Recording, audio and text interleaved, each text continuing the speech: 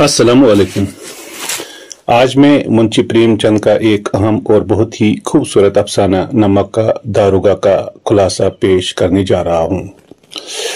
इस अफसाने में दो अहम मरकजी किरदार हैं जिनके इर्द गिर्द एक खूबसूरत कहानी घूम रही है। एक किरदार का नाम मुंशी बंसीधर है और दूसरे का पंडित अलोपीदीन।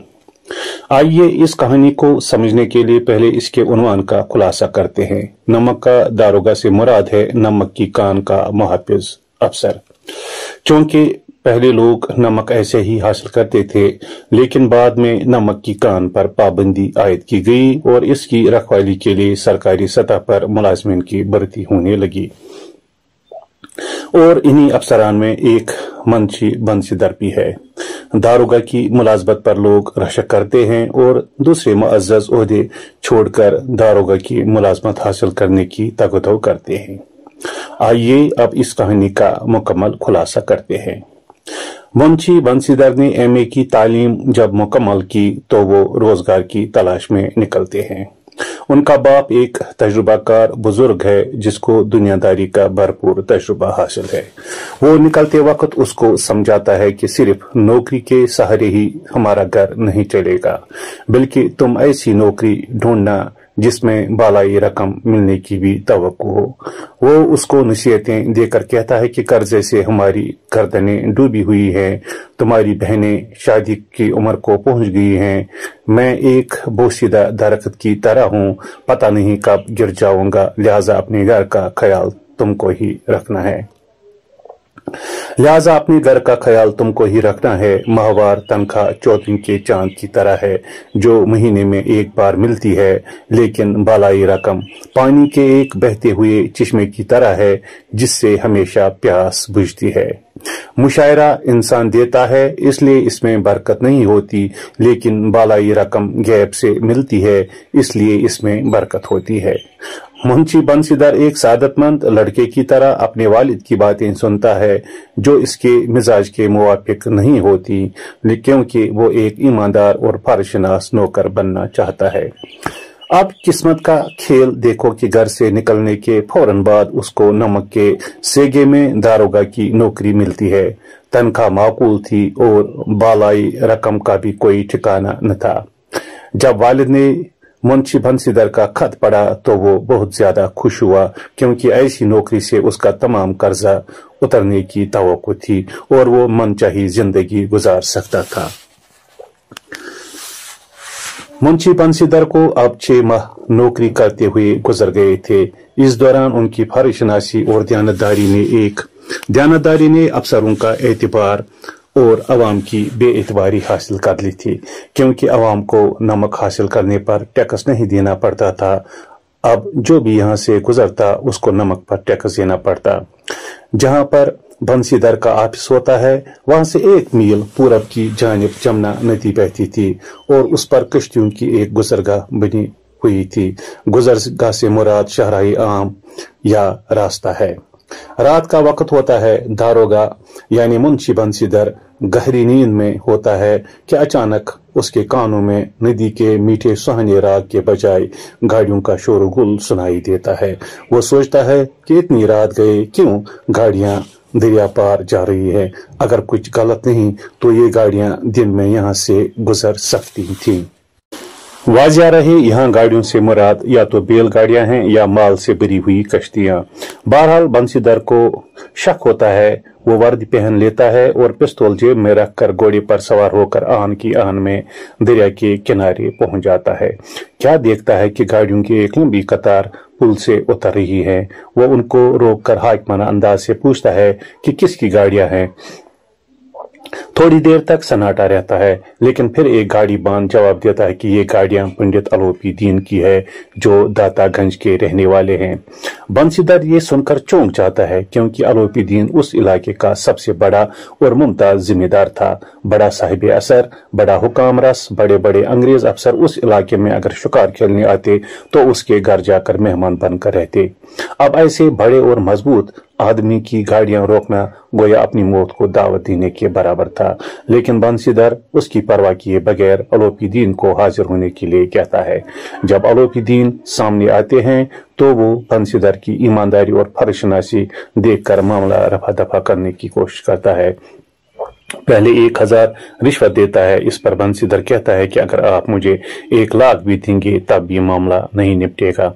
अलोपीदीन भांप कर 5000, फिर 10,000, फिर 15,000 और फिर 20,000 देने के लिए आमादा हो जाता है। लेकिन बंसीधर फिर भी नहीं मानता, बल्कि अपने एक मातहत को ललकार कर कहता है कि इसको गिरफ्तार करो। इस पर फिर एक बार अलोपीदीन रिश्वत की रकम बढ़ाकर कहता है कि अब मैं 25,000 देने के लिए तैयार हूँ। गैर मुमकिन। 30,000 गैर मुमकिन। क्या 40,000 भी मुमकिन नहीं? इस पर भी बंसीधर कहता है कि तुम मुझे 40 लाख भी दे दो तब भी नहीं मानूंगा। बहरहाल फर्ज ने दौलत को पांव तले कुचल डाला। अलोपीदीन को गिरफ्तार किया गया। सुबह हर शख्स की जबान पर अलोपीदीन की गिरफ्तारी का किस्सा था, क्योंकि आज तक अलोपीदीन को किसी ने भी गिरफ्तार नहीं किया था। जब अलोपीदीन को अदालत में हाजिर किया गया तो एक हलचल सी मच गई। अदालत में हर कोई उनकी ताजीम करता था। उसने जज से लेकर वकील उनको खरीद के रखा था।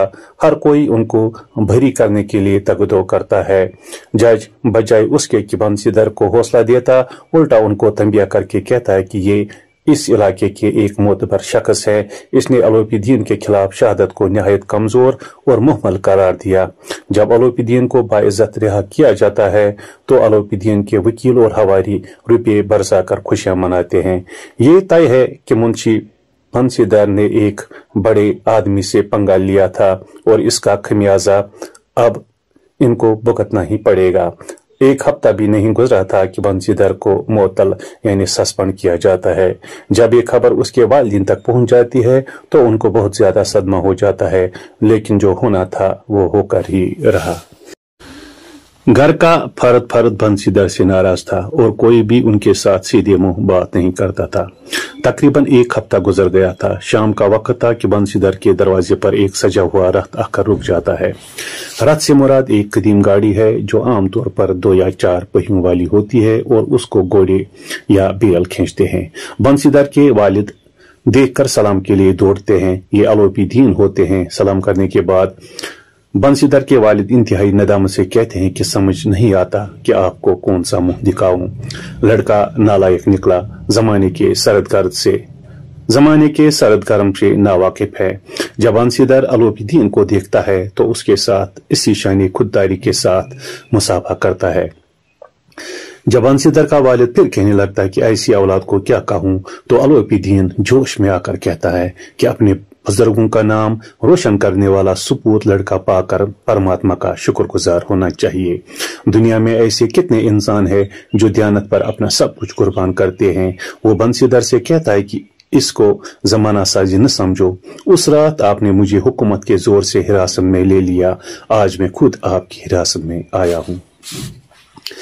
दरअसल अलोपीदीन बंसीधर की ईमानदारी और फर्जशनासी से काफी मुतासिर हो चुका होता है। आज वो बंसीधर के पास इसलिए आया है कि वो उसको अपनी सारी मिल्कियत और जायदाद का मालिक मुख्तार बनाना चाहता है। वो एक तहरीर निकालकर बंसी के सामने रखकर कहता है कि इस पर दस्तखत कीजिए। जब तक न आप दस्तखत करेंगे मैं दरवाजे से नहीं टलूंगा। जब बंसीधर मुख्तारनामा पढ़ता है तो उसकी आंखों से शुक्रिया के आंसू टपकते हैं। अलोपीदीन ने उन्हें अपनी सारी मिल्कियत का मुख्तार आम करार दिया था। 6,000 सालाना तनख्वाह, साल के लिए रोजाना खर्च, अलग सवारी के लिए घोड़े, इख्तियारात गैर महदूद। लेकिन इसके बावजूद भी बंसीधर आजिज़ाना अंदाज में कहता है कि मुझ में न इल्म है, न फरासत, न तजुर्बा। ऐसी मुअज़्ज़ज़ खिदमत के लिए एक बड़े मामला फहम और काबिल मुंशी की जरूरत है। इस पर अलोपीदीन बंसीधर के हाथ में कलम थमाकर कहता है कि मुझे न इल्म की जरूरत है, न फरासत, न कारकर्दगी की और न मामला फहमी की। मैं इन जैसे लोगों को आजमा चुका हूँ। मुझे ईश्वर ने कीमती मोती और जवाहर दिया है जिसकी चमक के सामने इल्म और फरासत की चमक फीकी पड़ गई। ये बातें सुनकर बंसीधर मुख्तारनामे पर दस्तखत कर लेता है और अलोपीदीन फर्ते मुसरत से उछलता है। नमक का दारोगा की इस खूबसूरत और फिक्र अंगेज कहानी से हमें यही सबक मिलता है कि चाहे कुछ भी हो जाए, कैसे भी हालात हों, हमें अपने फर्ज के साथ गद्दारी नहीं करनी चाहिए। हर हाल में ईमानदारी और दयानतदारी से अपना काम सर अंजाम देना चाहिए। गर्चे अपना फर्ज निभाते निभाते काफी दुश्वारियां आएंगी, लेकिन इसका अंजाम आखिरकार अच्छा और मुआवजा माकूल मिलता है, इसी तरह जिस तरह बंसीधर को पंडित अलोपीदीन ने दिया। अगर आपको मेरा ये खुलासा पसंद आया तो ये कहानी अपने दोस्तों के साथ जरूर शेयर कीजिएगा। अल्लाह निगहबान।